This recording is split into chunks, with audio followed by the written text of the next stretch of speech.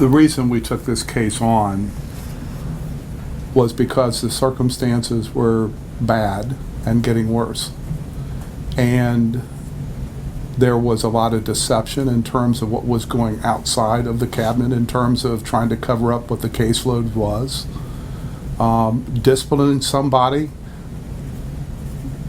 because they couldn't keep up with an impossible caseload.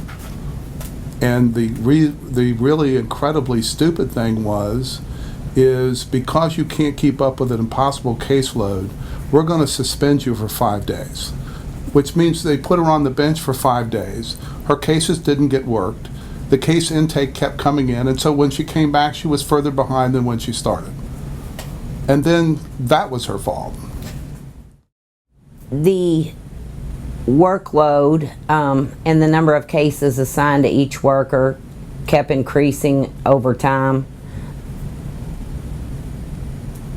And I can just speak for myself. There were others, but I can speak for myself. Weren't able to get them all wrapped up in the 30 working days or 45 calendar days, which resulted in disciplinary action for me.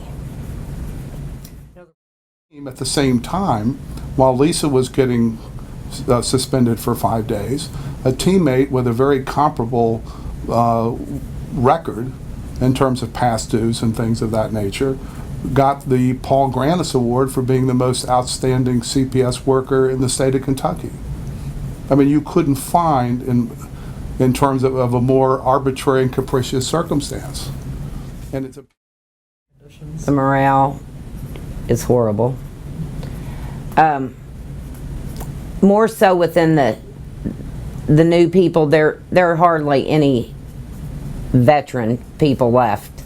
They've all left the agency. Some of them even before they may have close to 20 years or at 20 years, and they'll leave just because they can't do it anymore. Why are we pushing the case? It's because it's not right for the CPS workers. They've been beat up. And most of all, it's not right for the kids who they're supposed to be out in the field protecting. They have to fight that battle and then come back into the office and fight this other battle.